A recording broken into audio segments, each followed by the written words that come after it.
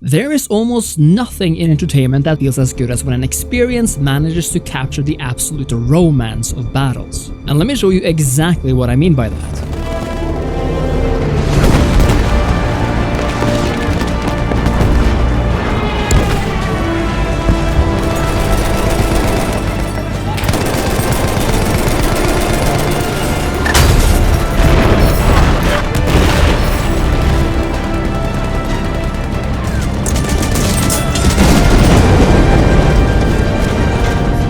Now, using the word romance to describe this feeling might sound a bit conceited, but if there's anything that good old Rome Total War soundtrack taught me, it's that battle can indeed be romantic.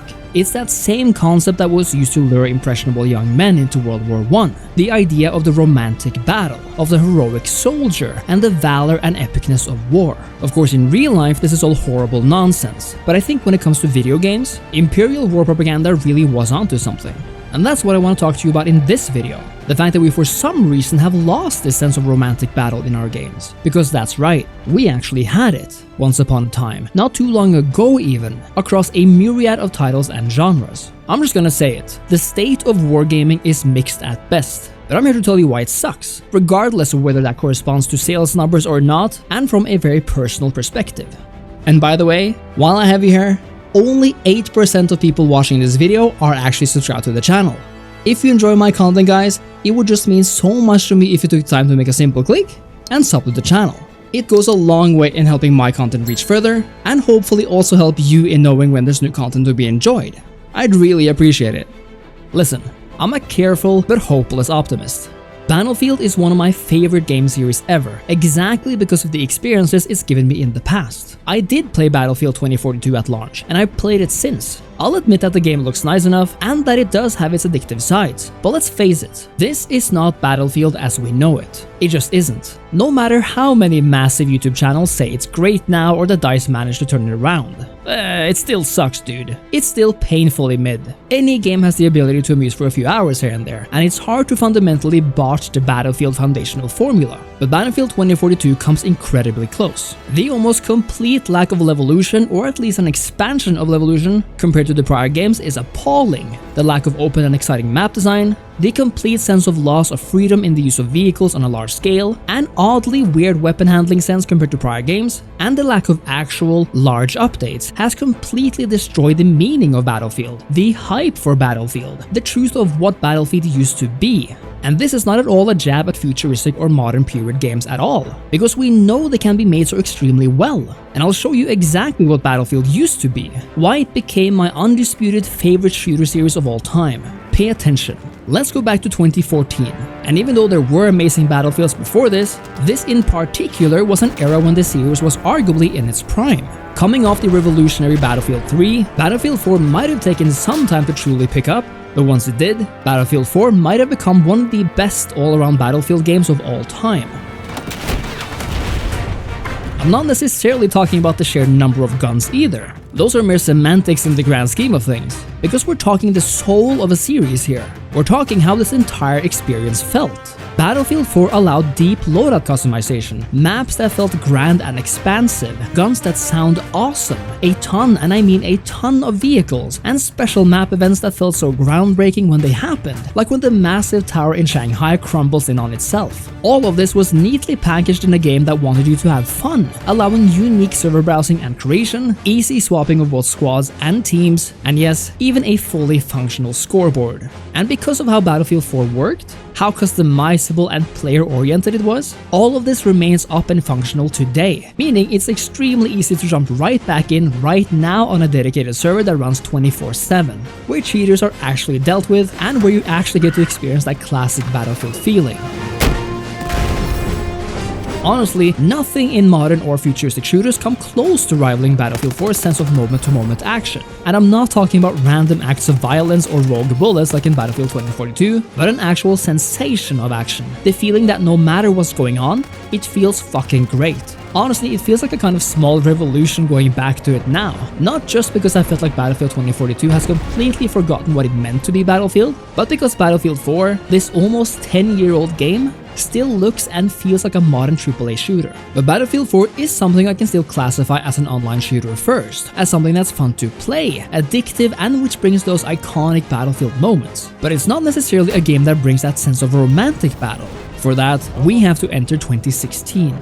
To call Battlefield 1, depicting World War I in the most believable and grand way yet, romantic, does admittedly sound macabre. But listen, when playing wargames, we choose to take the humanity out of the game, to not count it as real, as something of negative consequence. From them, as with any video game where killing and war is a part, we extrapolate what the bards have always said and sang of war, namely the grandiose, the valor, that once-in-a-lifetime moment of bravery and perseverance. And Battlefield 1 understood this romantic view of war, and used it for all it was worth. Battlefield 1 was and continues to be like nothing before or after it. It's a highly polished, highly diverse game, having us fight on the iconic Western Front, where trench warfare and fortified positions really leaves a mark on the battlefield, in the Alps with its beautiful vistas and deadly hills and valleys, in the desert sporting warm colors and open sands, and even in the cold and snowy east. Not only that, Battlefield 1 revolutionized how Battlefield was played.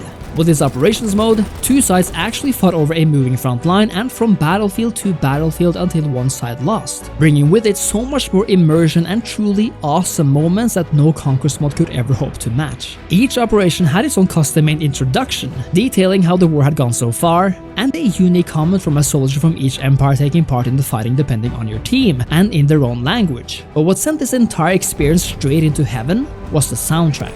Oh my god, the soundtrack. Each battle began with an intense opening sequence, a grand reveal where the curtain lifted and battle commenced. The majority of the battle was then made up of regular ambient sounds of war from the fighting, but then, once the attacking team made it to the last defender line, the music came back, pitching this intense, stressful tune, as if the world is about to collapse if you don't give it your best. And in those very last seconds and minutes, which felt like the most awesome moments of your life, every single man, woman, and non-binary player on that field became gods. Victory or defeat, those last moments were in fact not the end, but a continuation.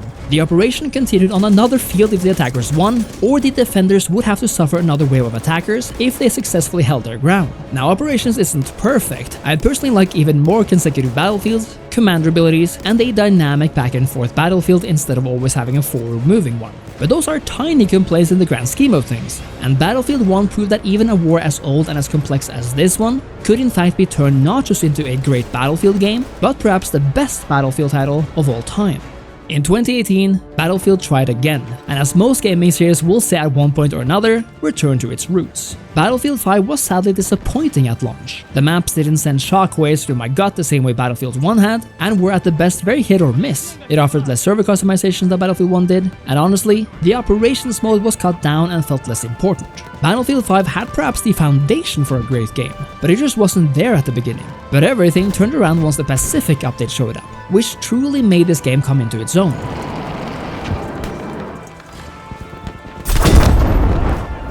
Honestly, the Pacific is what Battlefield 5 should have been from the get-go. The battles waging on Iwo Jima, Pacific Storm, and Wake Island were by far the most amazing maps in the game, offering a large-scale assault where both land, air, and sea came together. Granted, the naval part could have been made to better use, but the feeling of both attacking and defending these maps, as either the American or Japanese this time, was fantastic. I love that Battlefield 5 offered the Breakthrough mode, which essentially is a simpler version of operations, but I just can't go back to Conquest after Breakthrough. We sure as golly jolly must not forget about the amazing music once again, which always brought that sense of awe to the experience, and rivals and perhaps even surpasses any other track in the series. And as always, when it all came together, the game ultimately offered those classic and amazing Battlefield moments. Battlefield 5 did manage to innovate in two key areas though, and I still love it for this. The first is making the squad and the squad leader arguably more important than ever. In this game, the squad gathered points throughout the match, and once they'd gathered enough, were able to send in powerful aid from above, either in the form of artillery barrages or even immensely powerful cruise missiles that could turn the tide of battle. Second, Battlefield 5 made preparing defenses important, at least in theory. Here, every unit on the battlefield could mount defensive structures in key areas, such as barbed wires or sandbags, to stave off the enemy and make it harder to infiltrate. I love this feature, as it gives the battlefield a sense of personality, but I do wish it was possible to build all over the battlefield, and that sandbags were given a bit more health, making them harder to take down. Because of the Pacific update and these features, Battlefield 5 ended up becoming one of the most dynamic titles in the series, and might just be the Battlefield I've played the most when all is said and done. It even partially took place in Norway, offering the amazing Fjell 652 snowy mountain map, which is quite a unique piece of map if I do say so myself. Now, let's recap, shall we? What exactly made the Battlefields of old? Well, Battlefield. It comes down to player choice, non-stop intense moments, a sense of grandness and epic moments only video games can offer in the same way, maps that felt real and personal, amazing soundtracks no matter if you're in the menu, the beginning or at the end of your battle. We must not forget about levolution destruction or indeed the ambient sounds of the battlefield, and perhaps ultimately that the experience made you want more, not because what you had was lacking, but because you loved it so much you really wanted to see what else they could come up with. And then 2021 rolls around, and we, adoring fans, get this. Did I go too far? Come on, this is too easy. Don't be sad, this is just how it works out sometimes.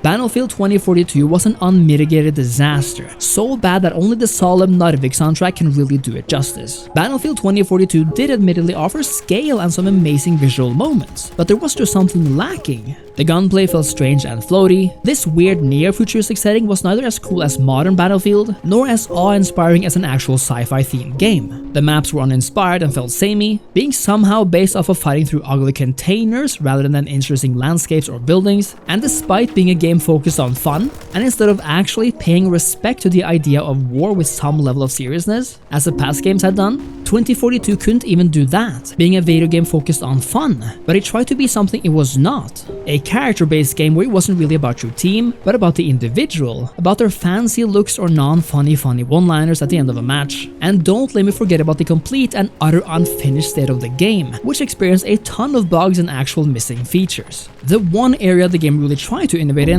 was to introduce massive 128-player battlefields, but this ultimately failed and was scratched as well, simply because they couldn't really make it work. The same basically goes for the Portal mode as well, an incredibly interesting mode that was to bring all the Battlefield maps and experiences to this very game, but which has seemingly been abandoned. In short, it was just horrible, just absolutely terrible, and I don't think I'm alone in saying that this game really hurt my confidence in the Battlefield team, or the publisher, whichever thought that this mess was either a good idea or even halfway ready for launch. As with every Battlefield game, 2042 has been worked on since its release. After receiving massive backlash and becoming the worst rated mainline Battlefield of all time, even worse than that knockoff Hardline, DICE admittedly went to work.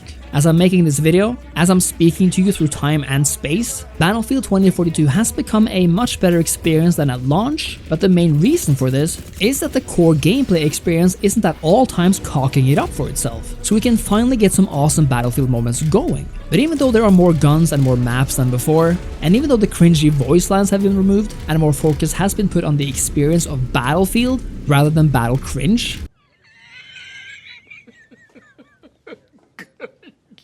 something feels off still. That sense of scale is missing, the sense of weight remains gone, and importantly, the soundtrack is completely different. I'm not saying it's objectively bad, but it is a massive style change that's supposed to reflect a messed up world. And for that it kinda works, but it does not lend itself well to the Battlefield experience, where that sense of epicness, awe, and goosebumps is half the reason for playing. 2042 might be fun here and there, but it's just not worth it if what you're craving is a dedication to the soul of battle, to the romance of battle, to the very essence that made Battlefield the best online shooter experience by far. And that's a shame when new Battlefield games only come out every 3 years or so these days. Battlefield isn't the only series that has lost a sense of past glory. As a mixed lover of the Call of Duty series as well, I remember those amazing moments from all the golden campaigns, where the writers did their absolute best to make something as narrow as Call of Duty feel grand and awe-inspiring at the same time. I'm talking Modern Warfare 2's Battle for the White House and World at War's Battle for Berlin and the Reichstag, which remain iconic. I could say the same about the Total War games, where the realism and focus on the army and battlefield, rather than individual heroes and magic, gave unique weight and meaning to each battle, no matter whether you're playing in 2004 or 2023. And music really does make a massive difference. I am first and foremost a lover of history, but also love my share of non-historical as well. Despite a rough launch, DICE actually managed to make Star Wars Battlefront 2 a fantastic game, where the music, visuals, ambient sounds and the sense of scale, for the most part, manages to create an experience unlike any other. But we don't even need massive budgets to create games that feel this way. Take 2007's Warhawk, a PlayStation exclusive, third-person shooter online-only title that offered so much more than it looks like. Warhawk is a World War II inspired game mixed with futuristic features like planes and awesome weapons. But more than that, what came together here was nothing short of astounding. Two sides, fighting on land and in the air for supremacy, across massive maps, using awesome weapons at their disposal, and doing it all with the option of playing 4-player split screen, all in an online match. Warhawk is one of those rare games that look amazing even today, that feels amazing even today, and is, if we can call it that, the best third-person equivalent of a Battlefield game. If this game was remastered or remade, I would buy it in a heartbeat, and it goes to show that as long as the vision is there, as long as the dedication is there, as long as the soul is there, that the romance of warfare can be found anywhere. I do believe Battlefield can rise again, but it's going to require introspection, a real soul search both of what made the series so unique and great to begin with, and what the players expect from a Battlefield game. Just like I want to see Total War bring weight, realism, and an intrinsic sense of scale back to its series, I desperately need Battlefield to try to go back to its roots, not necessarily in terms of time period, but in terms of gameplay foundations, in terms of the vision of the series. Only then, I believe, will the romance of Battlefield reveal itself once again.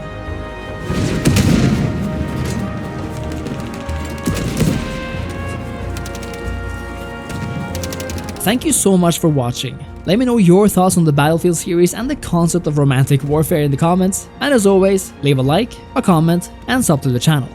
Thanks again, and I'll see you next time. Cheers.